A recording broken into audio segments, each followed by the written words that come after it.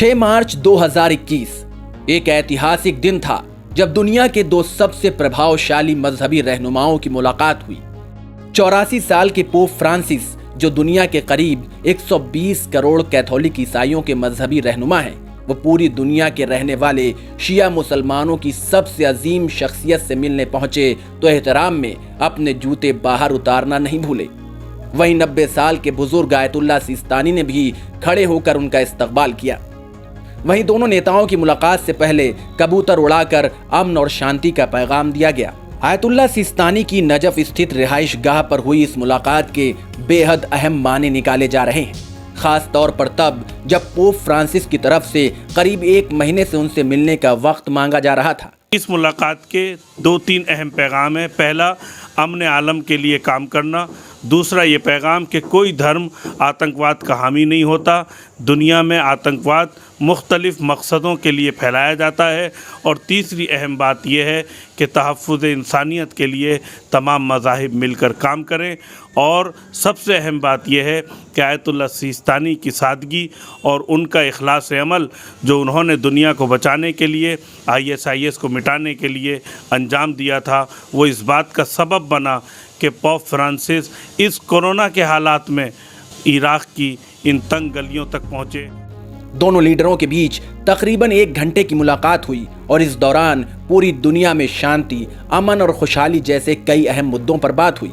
साथ ही pope Francis ने इस मौके पर इराक़ में रह रहे अल्पसंख्यक ईसाइयों का मुद्दा भी उठाया और उनको सुरक्षा और आम नागरिकों की तरह जीने का अधिकार दिलाने की मांग की। आयतुल्लाह सिस्तानी ने पोप फ्रांसिस को यकीन दिलाया कि इराक़ में रहने वाले ईसाइयों को भी देश में रहने वाले आम नागरिकों की तरह सभी अधिकार मिले हुए हैं और वो खुशहाल जिंदगी गुजार सकते हैं।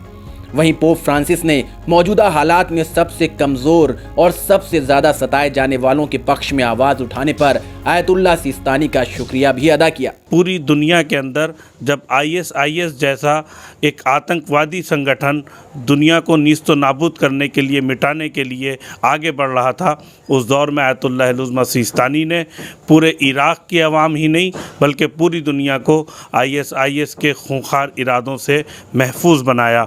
जहाँ एक तरफ उन्होंने पूरी दुनिया को महफूज बनाया, वहीं इराक़ में रहने वाले कई लाख ईसाइयों की हिफाजत की।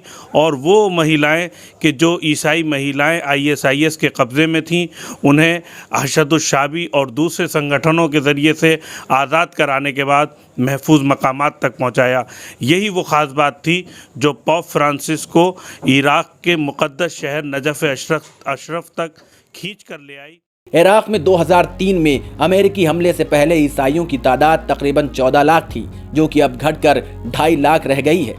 पहले दाइश और अब चरमपंथियों के हमलों की वजह से भी ईसाई डर के साए में जी रहे हैं। ईसाई समुदाय के जो बहुत तेज़ी के साथ इराक़ के अंदर ISIS के आने के बाद से मुसलसल घट रहा था, 15 लाख से उनकी तादाद घट के 3 लाख पर आ गई थी, उसके लिए पोप फिक्रमंद थे और उन्होंने आयतुल्लाह सिस्तानी से उसके बारे में भी बात की है। पोप फ्रांसिस के दौरे की असल वजह यही है कि वो ईसाई कम्युनिटी को डर के माहौल से निकालना चाहते हैं, क्योंकि आयतुल्लाह सिस्तानी की उदारवादी छवि है।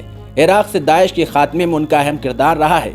पोप फ्रांसिस इस उम्मीद से आयतुल्लाह सिस्तानी के पास पहुंचे ताकि उनके जरिए इराक़ में रह रहे ईसाइयों में असुरक्षा की भावना को कम किया जा सके। Team INN channel.